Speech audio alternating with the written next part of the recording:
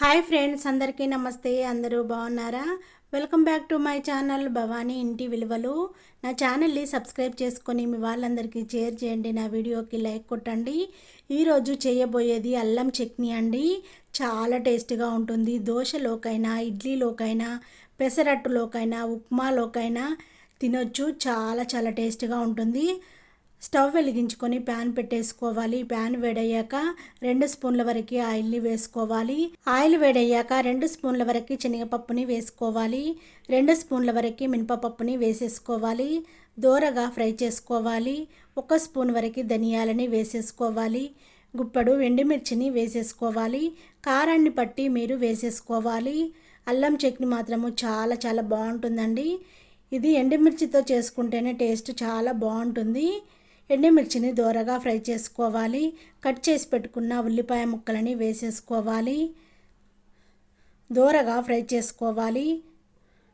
Cut చేసి పెట్టుకున్న టమాటా ముక్కలని వేసేసుకొని మొత్తము మిక్స్ అయ్యేలా కలుపుకోవాలి. అల్లం ముక్కలని వేసేసుకోవాలి. మొత్తము మిక్స్ అయ్యేలా కలుపుకోవాలి. 6 వెల్లిపాయలను వేసేసుకోవాలి. మొత్తము మిక్స్ అయ్యేలా కలుపుకోవాలి.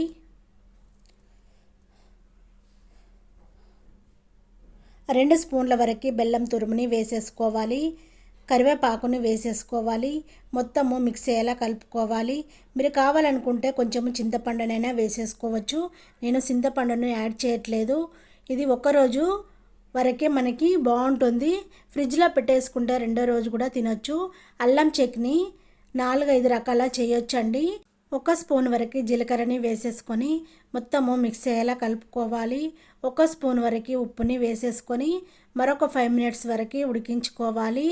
5 మినిట్స్ తర్వాత స్టవ్ ఆఫ్ చేసుకొని చల్లగా చేసేసుకోవాలి. అల్లం చట్నీ నిల్వ పచ్చడి.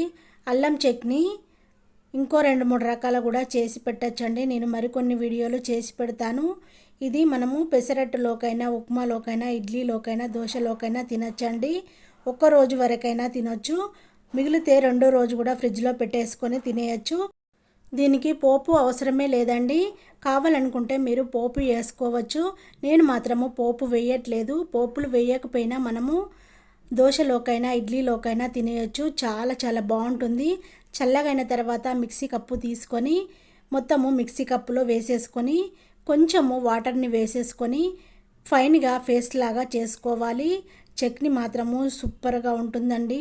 వేడి వేడి పెసరట్లోకి తింటే టేస్ట్ మాత్రము చాలా చాలా బాగుంటుందండి. మూత పెట్టేసుకొని ఇప్పుడు ఫైన్గా పేస్ట్ చేసి చూపిస్తున్నాను చూడండి. మూత తీసి చూపిస్తున్నాను. మెత్తగా ఇలా పేస్ట్ చేసుకోవాలి. ఒక బౌల్లో వేసేసుకోవాలి.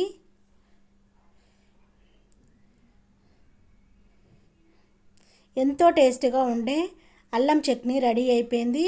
ఇప్పుడు పెసరట్లు వేసేస్తున్నాను. పెసరట్లతోని ఈ అల్లం చట్నీ వేసేసుకొని తింటే సూపర్ కాంబినేషన్ అండి. టేస్ట్ మాత్రం చాలా చాలా బాగుంటుందండి. 2 రోజుల వరకు దీన్ని నిల్వగా చేసుకొని ఎప్పుడు కావాలనుకుంటే అప్పుడు దోశలోకి వేసుకొని తినచ్చు. టేస్ట్ మాత్రం చాలా చాలా బాగుంటుందండి. నేను ఇప్పుడు దోశలతోనే తిని చూపిస్తున్నాను చూడండి. టేస్ట్ మాత్రం సూపర్గా ఉంది. అన్నీ కరెక్ట్గా సరిపోయినాయి.